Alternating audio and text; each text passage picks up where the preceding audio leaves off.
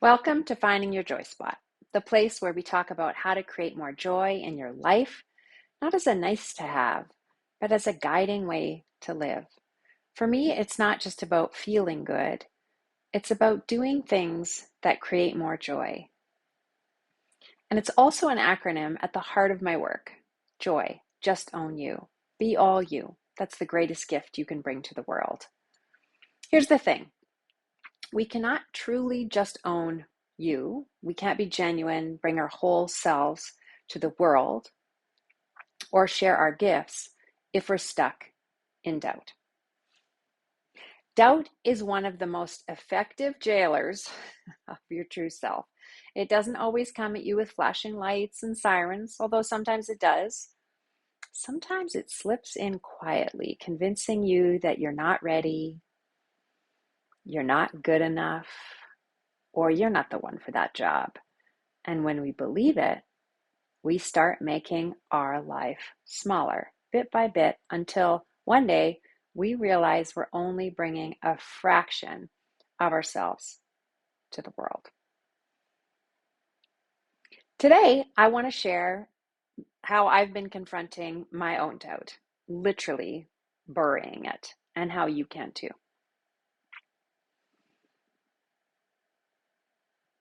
Doubt, I am so done with it. I am over it. I literally buried it in my backyard.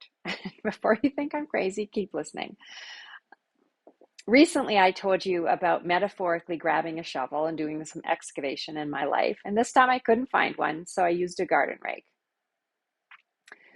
And I wish I could tell you that burying it once meant it's gone forever. But the truth is, often doubt is persistent.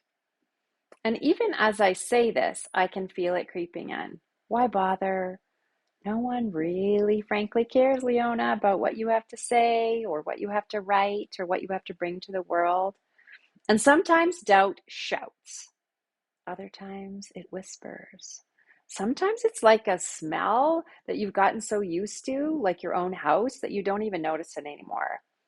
And that's dangerous because it seeps into your beliefs, setting itself up like it's the truth, like it's data. I want to finish writing a book. Okay, my book about helping people reclaim their voices. And part of it is claiming this, even with my own language, that it's my book. And it's been parked in my Google Drive for over a year, like a coat in the back of a closet that you don't wear, but can't quite give it away. I'm 60,000 words into this book. And yet I feel stuck. And that's where doubt comes in with a sneaky little scent in it says, you can't do this. Sometimes it hides and it feels like reasonable avoidance. I'm busy. I tell myself I'll get back to it later. I tidy it away so it doesn't fall out or take up too much space. But deep down, I know this is how I'm meant to use my voice, at least part of it, to write this book. This is how I'm meant to help, even if it's just one person. Recently, I was listening to the Jefferson Fisher podcast, great podcast about communication, and his guest, Damon West. And Damon said something that landed right in my gut. And he said, the hardest place to do time is in the prison of your mind. And he had done time for 7 years. And that's exactly what doubt feels like. It's like a cell you lock yourself in. And Damon said he doesn't pay much attention to his thoughts, at least. He just chooses not to listen to them. And that reminded me of something I read then in Ethan Kross's book, Chatter. When our inner voice gets noisy, one of the simplest ways to quiet it is to use your own name when you talk to yourselves. I know that sounds so simple, but it really does, according to research, change the distance between ourselves and the self-talk. And so this is how it works. When you say, I can't do this, it's you tangled up in the emotion. But when you say, Leona, you've done harder things before, it's like stepping outside of yourself for a moment, and your brain attaches to that. Like that's the data that matters more. And so you become the coach instead of the critic, and your brain switches to a more rational problem-solving mode, which it loves. So here's what I did. I wrote down each doubt, one per piece of paper. I looked at the words and I said the opposite truth out loud using my name. I don't have talent. Leona, you have talent. And if you're listening to this, you have talent too. I don't have the resources. Leona, you have what you need to begin again. Get back to that book. Then I folded each piece of paper, took them to the only patch of exposed dirt in my backyard underneath my rhubarb plant, and I raked up a hole and then put them in there, dead and buried. And here's the thing about the ritual, the burying of it. They give form to the invisible. And when you take your negative self-talk and connect it to a physical act, like burying it, burning it, releasing it into water, you send a clear signal to your brain that something has shifted. No, it's not a miracle, but it helps, and your brain listens. And this is the joy in the action of just owning you. These are my doubts.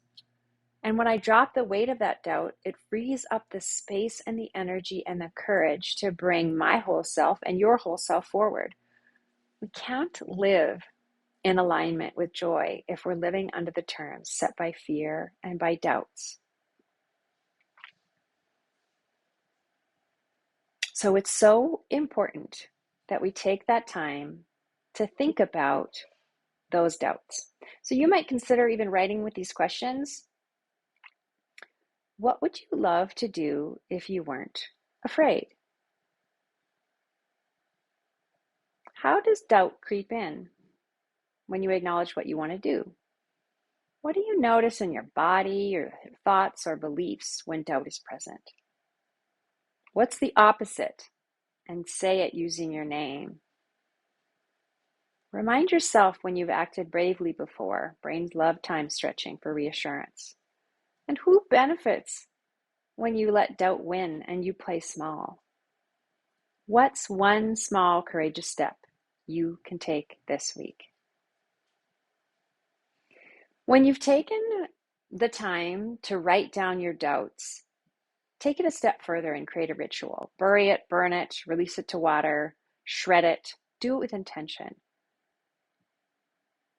Your doubts may return from time to time, but each time you do this, or you remember what you did to them in the first place, you train your brain to recognize, number one, the voice of the critic, so it's not so subtle, and you choose the voice of your inner coach.